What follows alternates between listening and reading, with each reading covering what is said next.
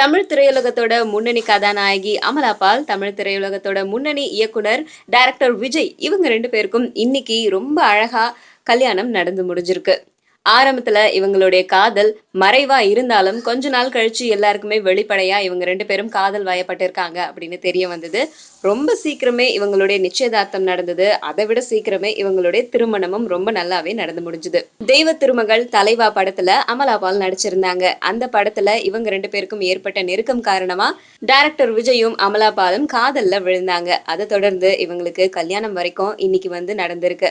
இவங்களுடைய நிச்சயதார்த்தம் கிறிஸ்துவ முறைப்படி நடந்தது கொச்சியில. ஏன்னா அமலா பால் கிறிஸ்டியன், நம்ம விஜய் ஹிந்து. அதனால திருமணம் இந்து முறைப்படி சாந்தோம்ல இருக்கிற ஒரு கல்யாண மண்டபத்துல நடந்து முடிஞ்சிருக்கு. இவங்களை வாழ்த்துறதுக்கு நிறைய நடிகர் நடிகைகள் எல்லாருமே கலந்துகிட்டாங்க. முக்கியமா நடிகர் ஆர்யா, நடிகை சரண்யா பொன்வண்ணன், இசையமைப்பாளர் ஜி.வி. பிரகாஷ், அவருடைய மனைவி சைந்தவி, தயாரிப்பாளர் தனஞ்சயன் இவங்க எல்லாருமே கலந்துகிட்டாங்க. இன்னும் நிறைய பேர் கலந்துகிட்டு மணமக்களை வாழ்த்தினாங்க.